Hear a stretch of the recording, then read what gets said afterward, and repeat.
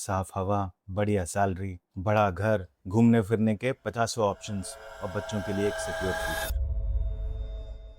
मेरे लिए ना अमेरिका में ये सब था। और अगर मैं आपसे बिल्कुल सच कहूँ ना, तो ये सभी चीजें इंडिया में उस लेवल की तो है नहीं। पर ये बात मुझे आने से पहले भी पता थी और 2 साल इंडिया में रहने के बाद भी।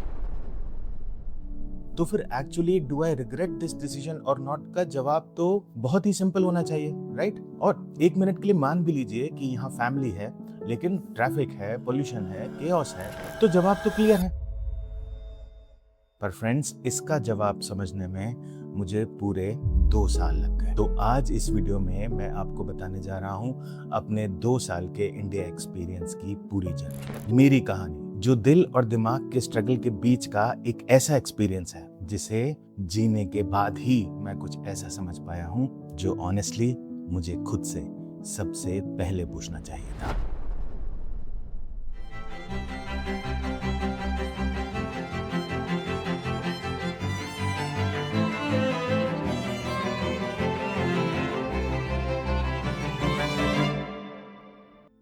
Chapter 1, first 6 months.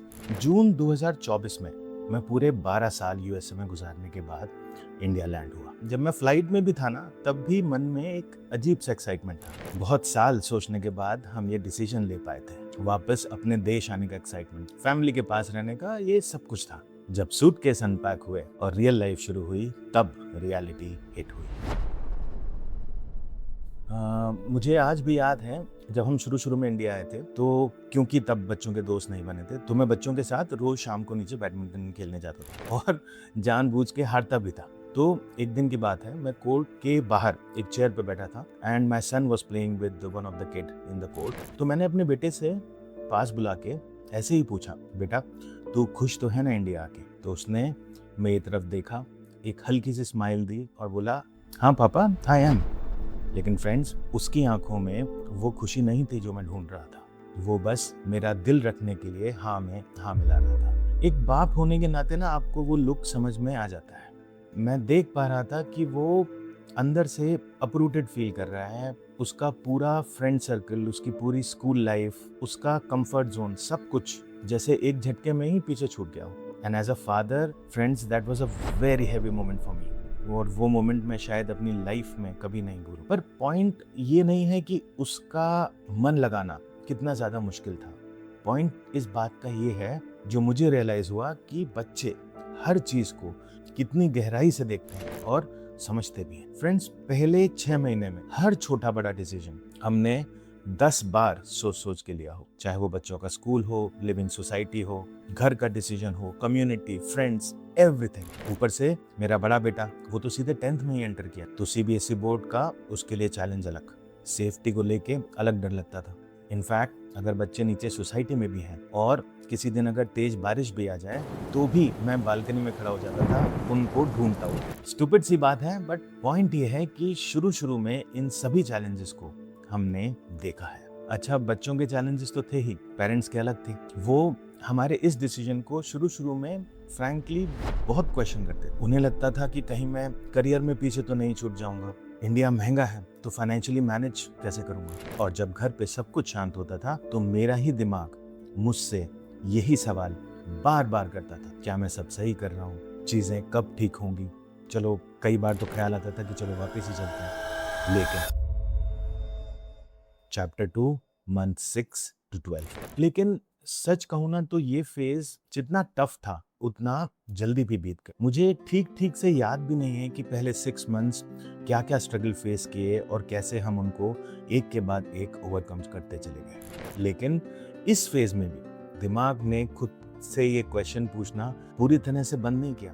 क्यों? क्योंकि अब हम इंडिया को सिर्फ कंपेयर नहीं कर रहे थे, हम लाइफ जीना शुरू कर रहे थे। और लाइफ ब्लैक एंड व्हाइट तो होती नहीं।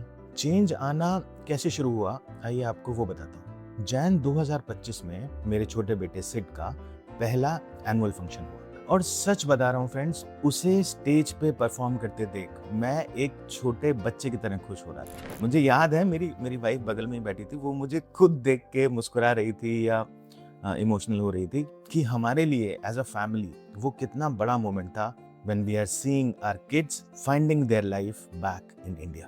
क्योंकि हमने उनका हमारा मेंटल स्ट्रगल देखा था। वो एक मोमेंट मेरे लिए कितना बड़ा मेंटल रिलीफ था, शायद इस वीडियो में मैं आपको एक्चुअली बता नहीं सकता। कुछ महीने बाद मेरे बड़े बेटे का 10th का रिजल्ट आया और उसने भी बहुत अच्छा परफॉर्म किया। कुछ ही महीनों में बच्चों के अच्छे दोस्त बन गए। इनफैक्ट सिड के साथ तो मेरा एक पॉडकास्ट भी है अपने इसी फर्स्ट 6 months ऑफ एक्सपीरियंस को लेकर। बच्चे फैमिलीज को समझने लगे, कजिन्स, नानी, दादी, ये सब रिश्ते पहचानने लगे। तो कुछ ही महीनों में हमारी लाइफ एक स्टेबिलिटी की तरफ चल पड़ी। पर लाइफ का तो कुछ भरोसा होता नहीं।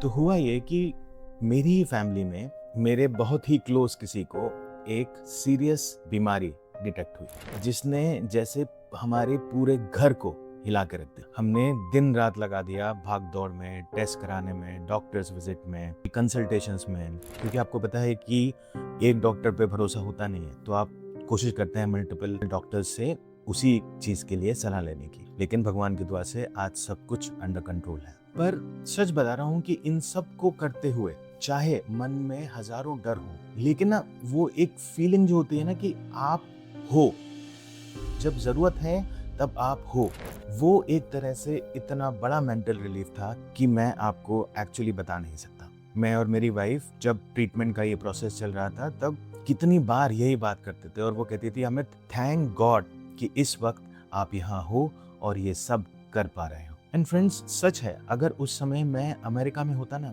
न्यू जर्सी के किसी रूम में बैठ के फेस टाइम कर रहा होता, डॉक्टर्स से कोऑर्डिनेट कर रहा होता या टिकट्स और वीजा मैनेज कर रहा होता, तो मैं गिल्ट में ही मर रहा होता। मैं यहाँ था और उस एक मोमेंट ने मेरी सारी कंफ्यूजन हमेशा के लिए दूर कर दी, क्योंकि मैं समझ चुका था कि कुछ चीजों का कोई प्राइस टैग नहीं होता। तो इन समरी फ्रेंड्स, 1 साल पूरा होते होते चीजें ऊपर से अपने आप ही नॉर्मल होने लगी। बच्चे, फैमिली, हम, हमारी जॉब, हमारे करियर्स, सब कुछ। तो धीरे धीरे ना मन ने एक्सेप्ट कर लिया कि यही हमारा देश है। पर दिमाग तो दिमाग है, वो तो बस मैथ्स ही जानता है, रैशनैलिटी ही समझता है। क्यों? क्योंकि साथ साथ अब हमें इंडिया में रहने के चैलेंजेस भी समझ में आ रहे थे। वेदर खराब है, एनसीआर या मेट्रोज में रहने के अपने अलग चैलेंजेस हैं। तो अक्सर मैं और मनी यही प्लान करते थे कि बच्चों के कॉलेज जाने के बाद हम लोग किसी टियर 2 सिटी में मूव हो जाए, कम से कम एनसीआर में तो नहीं रहेंगे। लेकिन फिर कुछ ऐसा हुआ जिसने हमारी सोच का पूरा डायरेक्शन ही बदल दिया। Chapter 3, year 2 in India. आपको एक इंटरेस्टिंग बात बताता हूँ। मैंने NRI लाइफ प्लेटफॉर्म यूं ही बैठे बैठे ही शुरू कर दिया था। शायद भगवान की ही कोई मर्जी रही होगी। मेरा पहला वीडियो उठा के देखेंगे ना तो आप देखेंगे कि वो कितना रॉ, अनएडिटेड, इनफैक्ट उसमें स्पेलिंग मिस्टेक्स तक हैं। और मैं आपको सच बता रहा हूँ कि उस समय तक भी मुझे नहीं पता था कि मैं NRI लाइफ क्यों कर रहा हूँ। बस हमेशा एक ही बात लगती थी कि जो कंफ्यूजन मैंने देखा है, जितना इस डिसीजन को लेकर डिलेमा से मैं गुजरा हूँ, शायद अपना एक्सपीरियंस शेयर करके मैं कुछ लोगों की हेल्प कर सकूँ। NRI लाइफ के जरिए जब मैंने आप सबसे बात करनी शुरू की, तब मुझे समझ में आया कि फ्रीडम का असली मतलब क्या होता है। मुझे समझ में आया कि मैं उस कॉर्पोरेट लाइफ से, उस रैट रेस से आखिर क्यों भाग रहा था। इंडिया ने मुझे जो सबसे बड़ी चीज दी ना फ्रेंड्स, जो मैं पैसे से भी नहीं खरीद सकता, वो है पर्पस। इंडिया आके मुझे पहली बार ये एहसास हुआ कि मैं एक्चुअली अपनी लाइफ खुद से डिफाइन कर सकता हूँ, खुद से डिजाइन कर सकता हूँ। एक बार को मैं NRI लाइफ काउंट नहीं भी करता। पर्पस का एक पहलू ये भी था कि मैं वक्त आने पर अपनी फैमिली के पास था। पर्पस का एक पहलू ये भी है कि मैं बिना वीजा अनसर्टेनिटी के आज अपने आने वाली लाइफ के 10 साल, 20 साल अपने अकॉर्डिंग डिजाइन कर सकता हूँ। ये मेरा पर्पस है जो मुझे मिला ईयर 2 में, इसी इंडिया में कुछ सोच पाने की, कुछ कर पाने की फ्रीडम से। और जब मुझे ये फ्रीडम मिली ना फ्रेंड्स, तब बाकी सारी चीजें, traffic, noise, pollution, civic sense, कम सैलरी या छोटे मोटे डर, ये सब कुछ बहुत छोटे लगने लगे। और इतना ही नहीं, वो सवाल जो मेरे डे 1 से मेरे दिमाग में था कि बच्चों का क्या, उनके फ्यूचर का क्या, आज उसका भी जवाब मुझे क्लियरली मिल चुका है। ऑनेस्टली बताऊं, मैं गारंटी तो नहीं दे सकता है कि इंडिया में उनका फ्यूचर बेटर होगा या नहीं होगा, कोई भी नहीं दे सकता। बट जो मैं देख रहा हूँ, यहाँ के बच्चे ज्यादा रेजिलिएंट बनते, फाइट करना सीखते हैं। इसी बात का मुझे सेटिस्फैक्शन है, क्योंकि आने वाले कल के इस डिजिटल एआई वर्ल्ड में लोकेशन से ज़्यादा आपका अपना टैलेंट मैटर करेगा। तो अब अगर आप पूरे 2 साल बाद मुझसे ये पूछेंगे कि Amit, do you regret your decision और नॉट, तो मैं कहूँगा बिल्कुल भी नहीं। लेकिन डे 1 पे ये जवाब इतना सिंपल नहीं था, क्योंकि हम हमेशा अपनी लाइफ को एक प्रोज एंड कॉन्स लिस्ट के हिसाब से ही देखते हैं, और वो लिस्ट बेस्ड होती है हमारी लोकेशन पे। पर सच तो ये है फ्रेंड्स कि लोकेशन से आपकी लाइफ का पर्पस कभी डिफाइन नहीं होता। अमेरिका में मेरे पास सब कुछ था, पर एक पर्पस मिसिंग था।